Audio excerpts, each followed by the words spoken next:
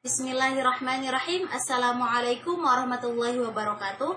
Kami dari kelompok 12 dengan anggota Hamidah dan Afika Rida Utami akan mempresentasikan makalah kami dengan judul Teknik Penggunaan Media Pembelajaran.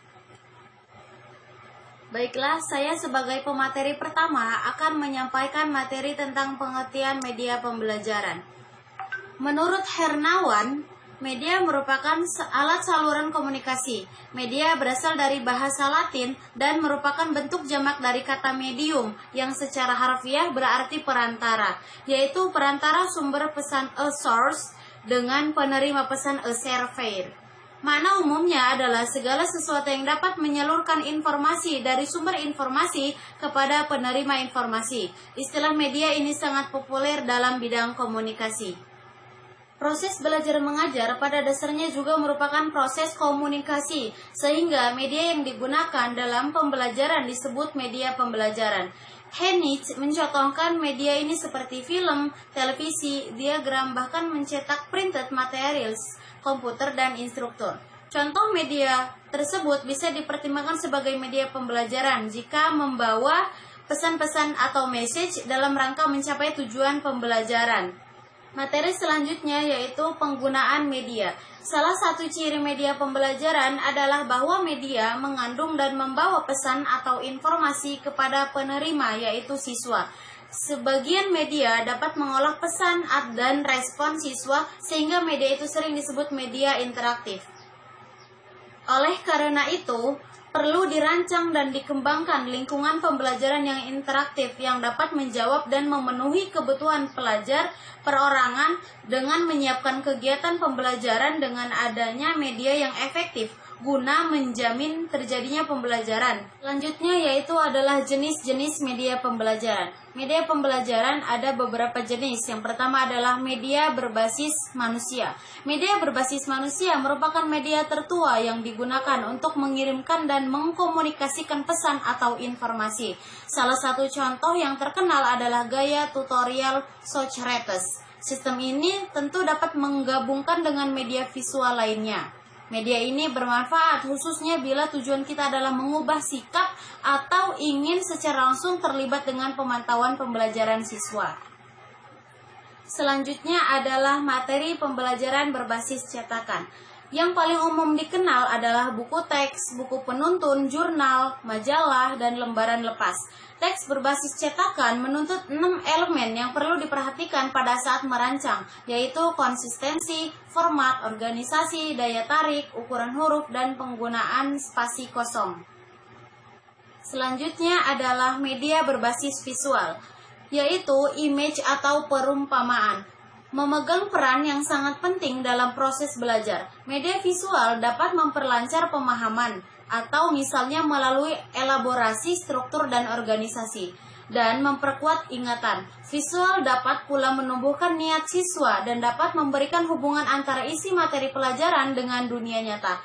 Agar menjadi efektif, visual sebaiknya ditempatkan pada konteks yang bermakna dan siswa harus berinteraksi dengan visual atau image. Itu meyakinkan terjadinya proses informasi. Bentuk visual dapat berupa gambar representasi seperti gambar, lukisan, atau foto yang menunjukkan bagaimana tampaknya sesuatu benda, dan sebagainya. Selanjutnya adalah media berbasis komputer. Dewasa ini, komputer memiliki fungsi yang berbeda-beda dalam bidang pendidikan dan latihan. Komputer berperan sebagai manajer dalam proses pembelajaran yang dikenal dengan nama Computer Managed Instruction atau CMI. Ada pula peran komputer sebagai pembantu tambahan dalam belajar. Pemanfaatannya meliputi penyajian informasi isi materi pembelajaran, latihan, atau kedua-duanya. Modus ini dikenal sebagai Computer Assisted Instruction atau CAI, mendukung pembelajaran dan pelatihan, akan tetapi ia bukanlah penyampai utama materi pembelajaran. Komputer dapat menyajikan informasi dan tahapan pembelajaran lainnya disampaikan bukan dengan media komputer. Baiklah, itu materi yang dapat saya sampaikan. Materi selanjutnya akan disampaikan oleh Saudari Afika. Kepada Saudari Afika dipersilahkan. Baik, materi selanjutnya saya Afika Rida Utami akan melanjutkan sebuah materi yang sudah dijelaskan oleh Saudari Hamidah, yaitu tentang Peranan media pembelajaran. Peranan media pembelajaran dalam proses belajar mengajar merupakan satu kesatuan yang tidak dapat dipisahkan dari dunia pendidikan. Media pembelajaran merupakan segala sesuatu yang dapat digunakan untuk menyalurkan pesan pengirim kepada penerima, sehingga dapat merangsang pikiran, perasaan, perhatian, minat peserta didik untuk belajar. Senada dengan apa yang dikatakan oleh Ruth Lvy 1999 bahwa media pembelajaran adalah salah satu alat bantu mengajar guru untuk menyampaikan materi pembelajaran, meningkatkan kreativitas siswa, dan meningkatkan perhatian siswa dalam proses belajar. Lalu materi selanjutnya yaitu tentang manfaat dan fungsi media pembelajaran. Di antaranya yang pertama yaitu sumber belajar adalah sumber belajar. Dalam kalimat sumber belajar terdapat makna keaktifan, yakni sebagai penyalur, penyampai, penghubung, dan sebagainya. Lalu yang kedua yaitu fungsi semiotik, kemampuan media untuk menambah perbedaan kata, simbol, dan atau makna yang dapat dimaksud dengan anak-anak atau dipahami. Lalu yang ketiga yaitu tentang fungsi manipulatif. Fungsi manipulatif berdasarkan karakteristik umum, media memiliki dua kemampuan, yaitu mengatasi batas waktu, ruang, dan waktu, dan mengatasi keterbatasan indrawi. Lalu yang keempat yaitu psikologi. Di dalam psikologi terbagi menjadi beberapa, yaitu fungsi atensi, fungsi efektif, fungsi kognitif, fungsi imajinatif, dan fungsi motivasi. Lalu yang kelima yaitu sosial kultural. Fungsi media pembelajaran dilihat dari sosial kultural, yakni mengatasi hambatan sosial kultural antara peserta komunikasi belajar. Bukan hal yang mudah untuk memahami para siswa yang memiliki jumlah yang cukup banyak di dalam kelas tersebut. Lalu materi yang berikutnya yaitu tentang manfaat media pembelajaran. Di antaranya yang pertama itu media pengajar dapat menjelaskan penyajian, pesan, dan informasi sehingga dapat memperlancarkan peningkatan proses belajar dan mengajar. Lalu yang kedua yaitu media pengajar yang dapat meningkatkan dan mengarahkan perhatian anak sehingga dapat menimbulkan motivasi belajar. Lalu yang ketiga yaitu media pengajar dapat mengatasi keterbatasan indrawi, ruang, dan waktu.